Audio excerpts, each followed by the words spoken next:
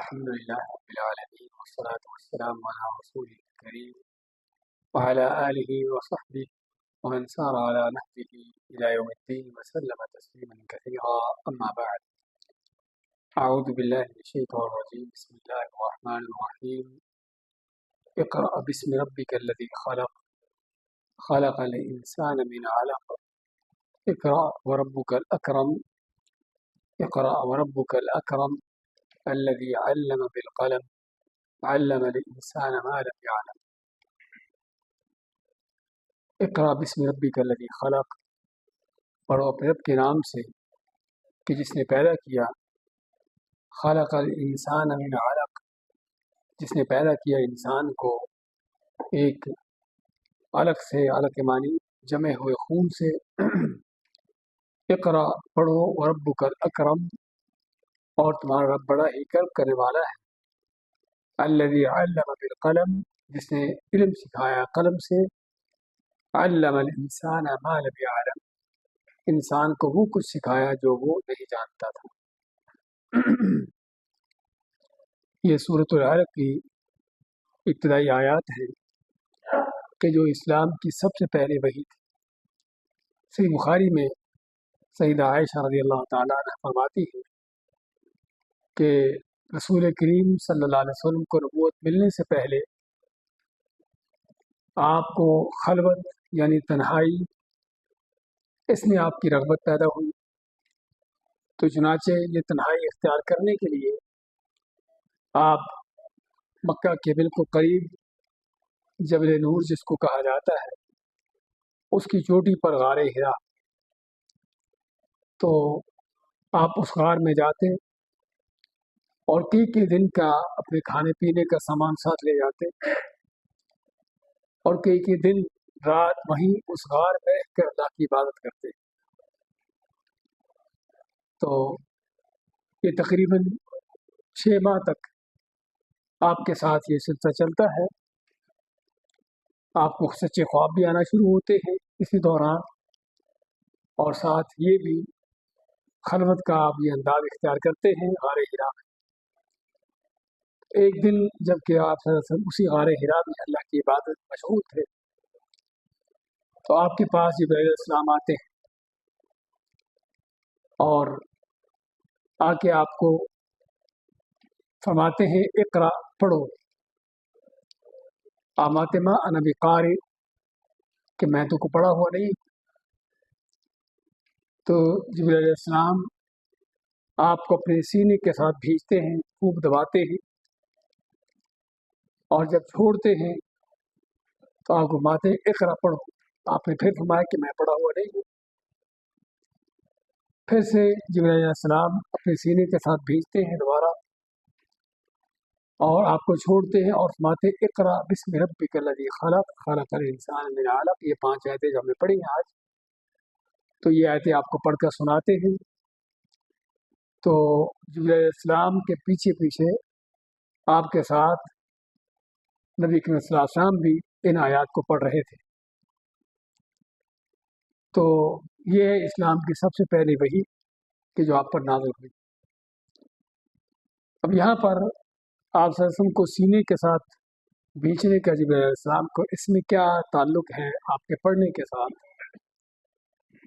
یہاں پر بعض لوگوں نے اپنے اپنے فلسفے گھڑے اور بنائے ہیں کہ جبرائیل علیہ السلام آپ کو اپنے سینے کے ساتھ اس لیے دبا رہے تھے تاکہ آپ کے سینے میں جبرائیل علیہ السلام کا علم جو ہے منتقل ہو جائے.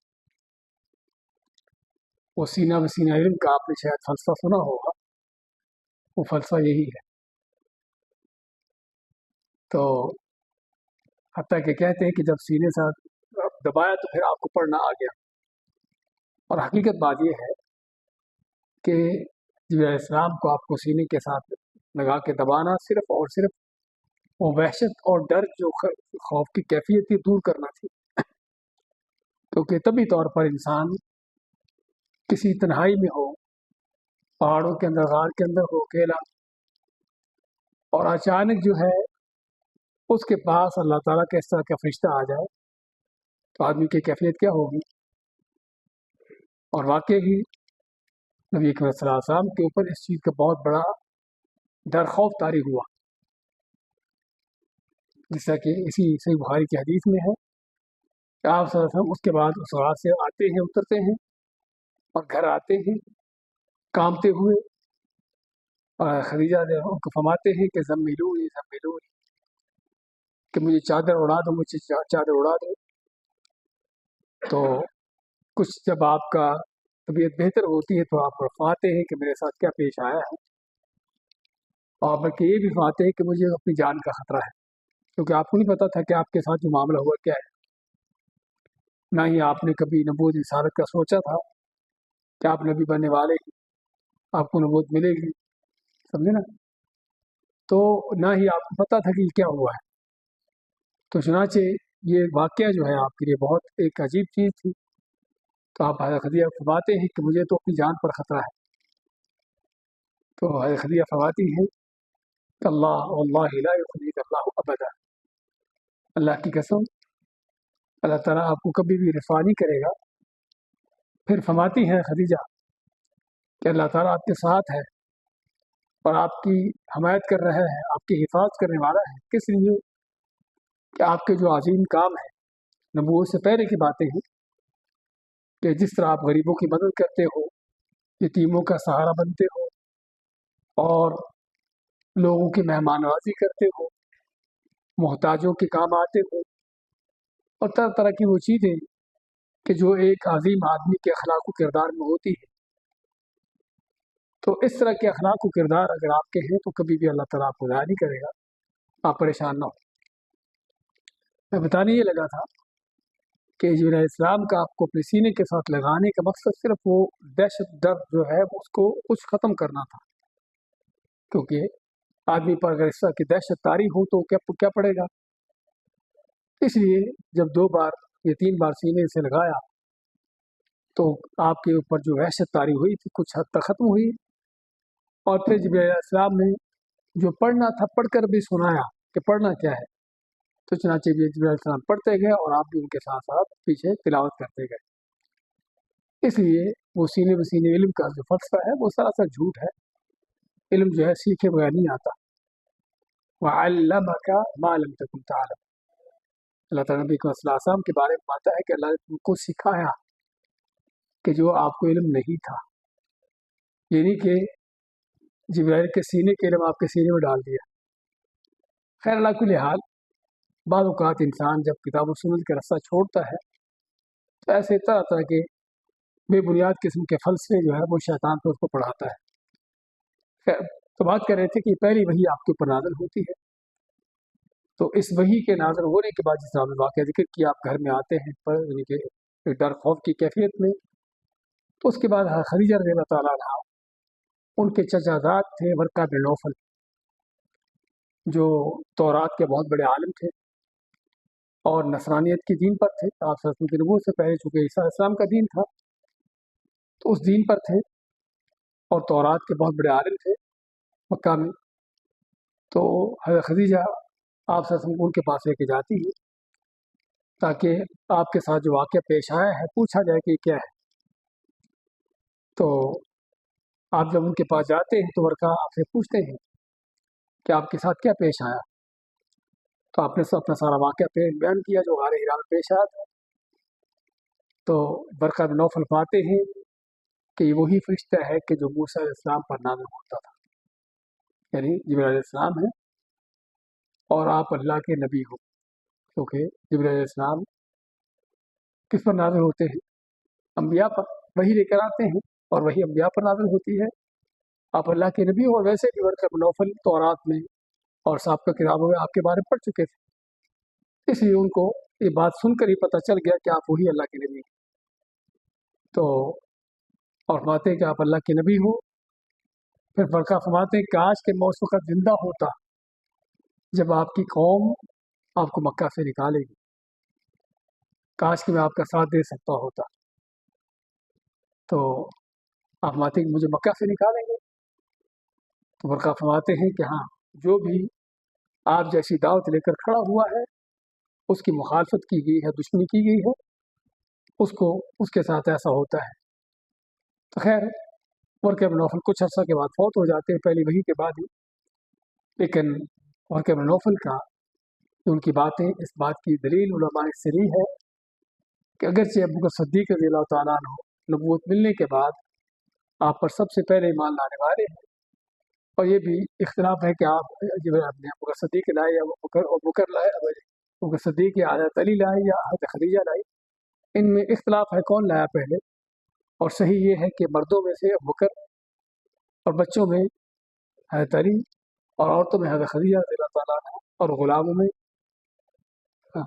زید بن حارثہ جو آپ کے غلام تھے اور آپ کے بلکہ اس کو متمنہ بیٹے بنے ہوئے تھے. تو یہ جو ہے سب سے پہلے اسلام لانے والے ہیں. لیکن ورقہ بن نوفل کا یہ اظہار کرنا، کاش کہ میں اس وقت زندہ ہوتا جب آپ کے ساتھ آپ کا ساتھ دیتا، اس علماء نے خط کیا ہے کہ سب سے پہلے بلکہ آپ پر ایمان لانے والے ورقہ بن نوفل ہے. لیکن چونکہ آپ کو یہ صرف آپ پر جبرائیل نازل ہوئے تھے، اب یہ آپ کے لیے رسالت کا وہ مقام جو آپ کو وہی ملا تھا. اس علماء کا کہنا ہے کہ سورۃ علق کی آیتیں ہم جو پڑھی ہیں آج، یہ سب سے پہلے آپ کے پر وحی ہے جس سے آپ کو نبوت ملتی ہے. اور آپ کو رسالت کس سے ملتی ہے؟ وہ سورۃ مدثر کی شروع کی آیات ہے، یا ایھا المدثر قم فانذر. کیونکہ ہم ان دونوں صورتوں کے آیتوں کے اندر فرق یہ دیکھتے ہیں کہ یہاں پر صرف اللہ تعالیٰ نے آپ کو پڑھنے کا حکم دیا، آپ کو علم جو دیا ہے اس کی، اور انسان کو پیدا کیا، انسان کو علم دیا، صرف ان چیزوں کا بیان کیا ہے. لیکن کوئی اس چیز کا بیان نہیں کیا کہ آپ کون ہو اور آپ کو کیا منصب عہدہ دیا جا رہا ہے، آپ کا کیا کام ہے، کیا کرنا ہے آپ نے. ہاں یہ چیزیں کہاں پر ہیں؟ سورۃ مدثر کے شروع میں، یا ایھا المدثر قم فانذر وربک فکبر وثیابک فطہر. آیتیں ساری، ہر آیت میں ایک الگ الگ حکم ہے. اے کمبل اوڑھنے والے اٹھ جاؤ، قم کھڑے ہو جاؤ، فانذر اللہ کے عذاب سے لوگوں کو ڈراؤ، دعوت دو. وربک فکبر اپنے رب کی بڑائی کبریائی بیان کرو، اس کی بلندیوں کو لوگوں کے سامنے واضح کرو. وثیابک فطہر اپنے کپڑوں کو پاک کرو، یعنی شرک کی اولاد سے، نجات سے، ماحول کے اندر جو پھیلی ہیں ان چیزوں کو ختم کرو. تو وہاں پر کیا ہے، واقعی ہی آیتوں سے پتہ چل رہا ہے کہ اللہ تعالیٰ آپ کو باقاعدہ طور پر کوئی منصب اور کوئی ڈیوٹی دے رہا ہے. لیکن یہاں ان آیتوں کے اندر آپ کو ایسی چیز نہیں دیکھ رہے. لیکن اس میں ہے کہ آپ کے اوپر یہ وحی نازل ہونا ہی آپ کے نبی ہونے کی دلیل ہے. خیر بات کر رہے تھے کہ ورقہ بن نوفل اس کے بعد فوت ہو جاتے ہیں، تو یہ پہلی وحی آپ کے اوپر جو نازل ہوئی، تمہارا اللہ تعالیٰ اقرا پڑھو، وربک الاکرم، اور آپ کا رب بڑا ہی کرم کرنے والا ہے. بلکہ اقرا بسم ربک الذی خلق، پڑھو اپنے رب کے نام سے جس نے پیدا کیا. تو اسلام کی سب سے پہلی وحی، اس کا سب سے پہلا لفظ ہی کیا ہے؟ اقرا، پڑھنے کا، جس میں اس بات کی دلیل ہے کہ اسلام دین ہی علم کا ہے، علم کا دین ہے، اور اس دین پر علم حاصل کیے بغیر عمل ہو، اس دین پر عمل کرنے کے لیے علم کی ضرورت ہے. اور اس لیے دیکھا جاتا ہے کہ جب انسان عبادت تو کر رہا، نیکیاں تو کر رہا ہے، لیکن بغیر علم کے آپ دیکھو گے اس کی عبادتوں کے اندر کیا کیا کمیاں کمزوریاں ہیں، کیا کیا غلطیاں ہیں، کیا کیا سنتوں کی خلاف ورزیاں ہیں.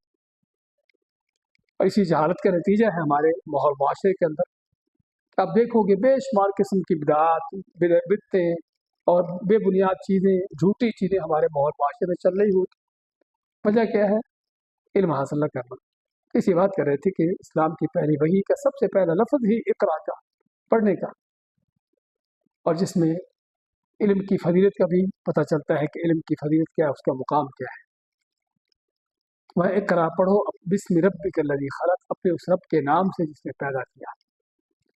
اللہ تعالیٰ نے قرآن کریم میں بہت سی جگہوں پر اپنے تعارف کرواتے ہوئے اپنے آپ کو خالق ہونے کے انداز سے پیش کیا ہے. کس لیے؟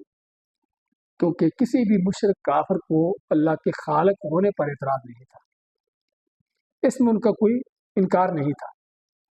ہاں صرف اللہ ہی عبادت کے لائق ہے، اس میں ان کا انکار تھا، نہیں ہمارے یہ فلاں فلاں بھی ہیں، ان کی عبادت بھی ہوتی ہے، ان سے مانگتے ہیں.